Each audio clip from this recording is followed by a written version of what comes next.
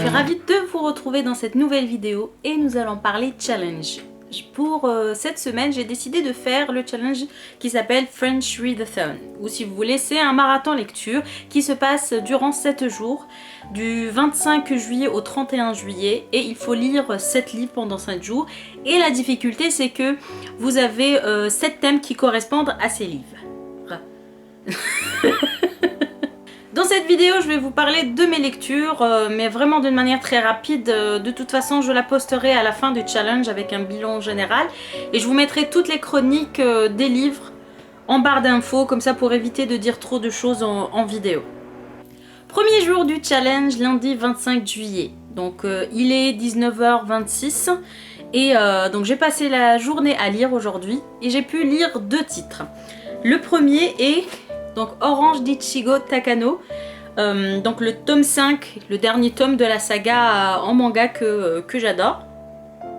Donc ce titre correspond à la catégorie un livre que j'ai envie de lire depuis longtemps. Donc je l'ai acheté à sa sortie, je l'ai sorti de la pile à lire parce que j'avais très envie de savoir comment ça allait se terminer. Donc ce manga relate l'histoire d'une adolescente qui reçoit une lettre d'elle-même, de son futur elle-même plus précisément, dans laquelle donc ce futur elle lui dicte ce qu'elle doit faire pour éviter d'avoir des regrets dans le futur. Et ces regrets sont en rapport avec l'un de ses camarades de classe qu'il faut absolument qu'elle sauve. Je suis vraiment ravie d'avoir sorti ce dernier tome de la saga Orange de ma pile à lire parce que c'est encore une fois un coup de cœur. Et c'était une dernière lecture mais vraiment très émotive. J'ai pleuré, j'ai crié, etc. comme d'habitude quoi. Le deuxième livre que j'ai lu durant cette première journée est 8 mois pour te perdre de Marie-Diane Messirel. Donc, et le livre correspond à la catégorie donc un nom d'auteur ou un nom de personnage qui commence par la première lettre de votre prénom. Tricheuse. C'est pas être tricheuse. Bon, il y a un D ici, moi je m'appelle Diane, donc ça passe. Non, ça passe pas. Marie-Diane. Eh ben, voilà. Elle s'appelle Marie-Diane. Diane, c'est comme Diane. Non, non. Enfin bref, de toute façon, j'ai pas trouvé. Je n'ai pas triché, j'ai pas trouvé. T'as triché, hein. Non. Donc rapidement, donc ce livre raconte l'histoire d'une mère qui va au début du roman se rendre compte que sa nourrice a kidnappé donc son enfant. Donc tout le roman en fait c'est sa quête pour aller le retrouver. Ce qui est intéressant dans ce roman c'est que on va aussi suivre parallèlement le passé et le présent de cette nourrice. J'ai bien aimé cette lecture sans plus. Ce n'est pas un coup de cœur, on va dire j'ai bien aimé. Voilà, c'était une lecture sympathique. Durant cette première journée je suis vraiment motivée donc je n'ai pas lu un 3e livre mais j'ai commencé un 3e livre. Donc Rose de Tatiana de Rosnay, donc qui correspond à la catégorie le dernier achat livresque. Bon là j'ai triché. Tricheuse. Je vais dire pourquoi. Parce que le dernier achat livresque, donc j'avais pas très envie de le lire. Donc il me semble c'est l'avant-dernier. Donc j'ai choisi en fait celui que j'avais le plus envie de lire. Comme je vous ai dit, je voulais vraiment garder quand même le plaisir de lire. Donc Tatiana de Rosnay d'ailleurs que j'ai rencontré en dédicace, c'est pour ça que j'ai acheté son livre. Je vous montre. Mon livre est dédicacé. Voilà, les mains de l'homme de l'ombre. Pour Diane, la tricheuse. Non mais je ne triche pas. French Readathon, jour 2. Alors aujourd'hui j'ai réussi à lire Rose de Tatiana de Rosnay, donc une auteure que j'avais très envie de découvrir. C'est un roman qui raconte l'histoire d'une dame âgée qui reçoit une sorte d'avis d'expulsion. Donc ça se passe dans le Second Empire, lorsque l'empereur et le préfet de Paris voulaient faire des travaux de réaménagement de toute la ville. Donc, des quartiers entiers allaient être rasés, etc. Donc cette dame ne voulait pas quitter sa maison parce qu'elle avait beaucoup de souvenirs dans cette demeure. Et en fait c'est un roman épistolaire. Donc Rose, le personnage principal, va écrire à son mari défunt, ou plutôt à son défunt mari, pour lui raconter ce qui se passe en fait dans son quotidien et se remémorer, si vous voulez, tous les bons souvenirs qu'elle a de lui et de leur vie commune. Donc on retrouve aussi sa correspondance avec d'autres personnages. Alors, par rapport à mon avis, je dois dire que je suis vraiment déçue de cette lecture parce que je m'attendais à beaucoup plus. L'histoire m'a un petit peu ennuyée et j'ai pas retrouvé cette passion que j'aime retrouver dans les romans historiques. Bon, la plume de Tatiana Dorozhny est vraiment très belle, mais voilà, l'histoire ne m'a pas vraiment plu. Et, mais je continue quand même à découvrir sa plume. J'ai dans ma pile à lire Sarah, elle s'appelait Sarah, voilà. Donc j'espère que ça sera une meilleure découverte. Challenge marathon et tout le tralala, jour 3. Donc aujourd'hui je vais vous parler donc du livre que j'ai fini cet été-là. C'est l'histoire de Frankie et d'Anna qui au début du roman vont vivre une immense tragédie qui vont les marquer. Donc et après elles vont partir en vacances avec les parents de Frankie pour essayer d'oublier cette tragédie. Et donc elles vont avoir des rencontres, de belles rencontres, des coups d'éclat, etc. C'est vraiment un livre que j'ai beaucoup aimé, une lecture fraîche pour l'été. Bon, c'est sympathique comme tout et c'est un roman jeunesse comme on les aime. J'ai oublié de vous dire que cet été-là fait partie de la catégorie, donc un livre qui se passe durant l'été ou sur la plage, donc cet été-là regroupe les deux conditions. French Readathon, jour 4. Alors maman aujourd'hui elle va vous parler de sa 5e lecture. Salut les amis, donc je vais vous parler aujourd'hui de ma 5e lecture du challenge qui rentre dans la catégorie un livre de plus de 300 pages. Donc j'ai choisi Anne et la maison au pigeon vert de Lucie Montgomery. Donc c'est un roman des éditions Etel. Ça relate l'histoire d'une famille, donc un homme et une femme qui veulent adopter un garçon pour les aider dans leur ferme, mais finalement ils vont recevoir une fille. Enfin recevoir, c'est pas une marchandise, vous m'avez compris. À la place, au lieu d'avoir le garçon, ils vont avoir une fille, une orpheline. Donc ils veulent la renvoyer, mais elle est tellement sympathique qu'ils vont décider de la garder. Pour mon avis, en fait, j'ai bien aimé cette histoire. Je pense que vous connaissez déjà. C'est une réédition d'un texte qui est déjà paru il y a très longtemps. Donc on a même le dessin animé et le film.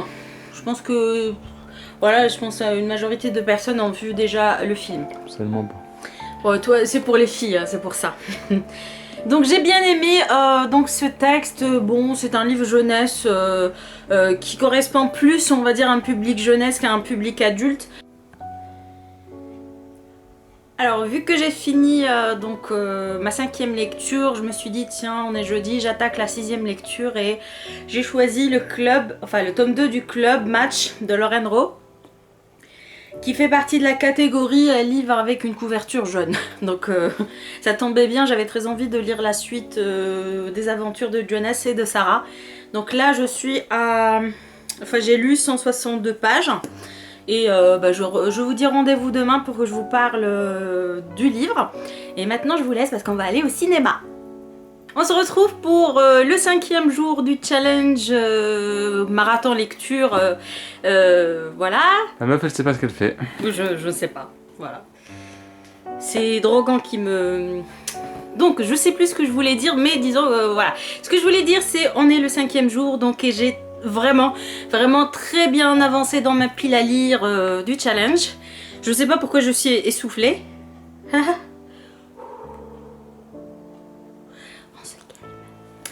Donc je disais lors de cette 5e journée, j'ai fini ma 6e lecture en fait, le club de Lauren Rowe. Et voilà, franchement j'ai adoré ce second tome, mais je l'ai même préféré au premier. Donc je vous rappelle rapidement l'histoire, donc pas celle du second tome, mais l'histoire du club. Le club, c'est l'histoire de la rencontre entre Sarah et Jonas. Jonas, c'est un riche homme d'affaires qui a souscrit un abonnement d'1 an dans un club qui lui offre en fait de réaliser tous ses fantasmes. D'accord? Vous me suivez? Et Sarah a été chargée d'admission pour étudier son dossier, pour voir s'il peut adhérer au club ou pas. Donc Sarah, elle était tellement intéressée par le profil un petit peu dingue de Jonas qu'elle a décidé d'enfreindre les règles et de lui écrire. Et en fait, à partir de là, va naître une belle histoire d'amour entre eux. Et voilà. Donc dans le premier tome, On découvre un petit peu comment ils vont essayer de se découvrir. Et Sarah, elle a un secret. Et bien sûr, Jonas aussi. Et voilà, donc c'était un petit peu introductif. Mais donc dans le second tome, là, j'étais vraiment très contente parce que on parle enfin du club. Et vous allez voir, il va y avoir plein de rebondissements très intéressants et c'est pour ça que j'ai adoré ce tome et même je l'ai adoré plus que le tome 1. Voici ma dernière lecture, donc je peux pas vous parler de l'histoire parce que franchement je n'ai pas du tout lu la 4e de couverture, c'est un roman qu'on m'a offert. C'est qui te l'a offert? Je ne dirai pas, c'est Pourquoi? top secret, voilà. Moi je sais qui c'est. Alors je dis merci. Donc du coup... Merci. Mais c'est bon. D'accord, je dis pas. Du coup on se retrouve... Tu te reconnaîtras, hein. Oui, je t'aime. Qui? Petit update pour le jour 6, vu que c'est ma dernière lecture, je prends mon temps. Avec Aristote et Dante découvre les secrets de l'univers. On m'a dit beaucoup de bien de ce livre, alors voilà. Je suis Enfin j'ai lu 227 pages, il me reste 130, je pense les finir aujourd'hui. Voilà, ça sera suivant mon humeur.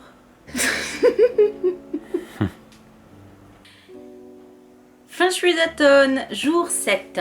On est dimanche 31 juillet, c'est le dernier jour du Feng Shui d'automne et je suis ravie de vous annoncer, vous l'avez deviné, que j'ai réussi le challenge.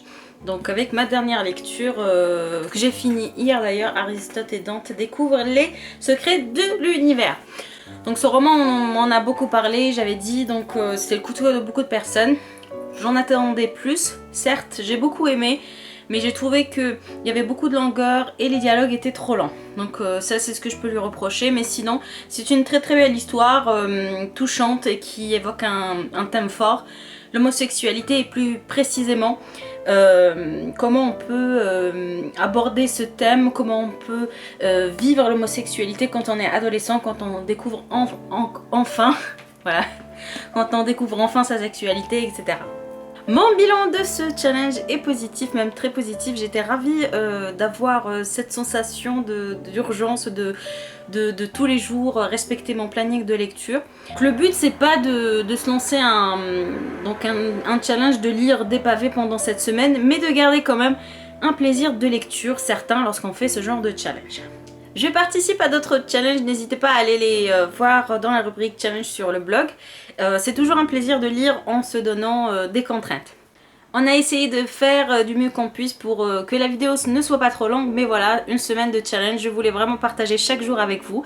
Et pour finir, je voudrais juste vous remercier d'avoir regardé cette vidéo. Si elle vous a plu, n'hésitez pas à vous abonner à la chaîne, à nous laisser un petit pouce bleu. Et je vous dis à la prochaine fois, bye bye!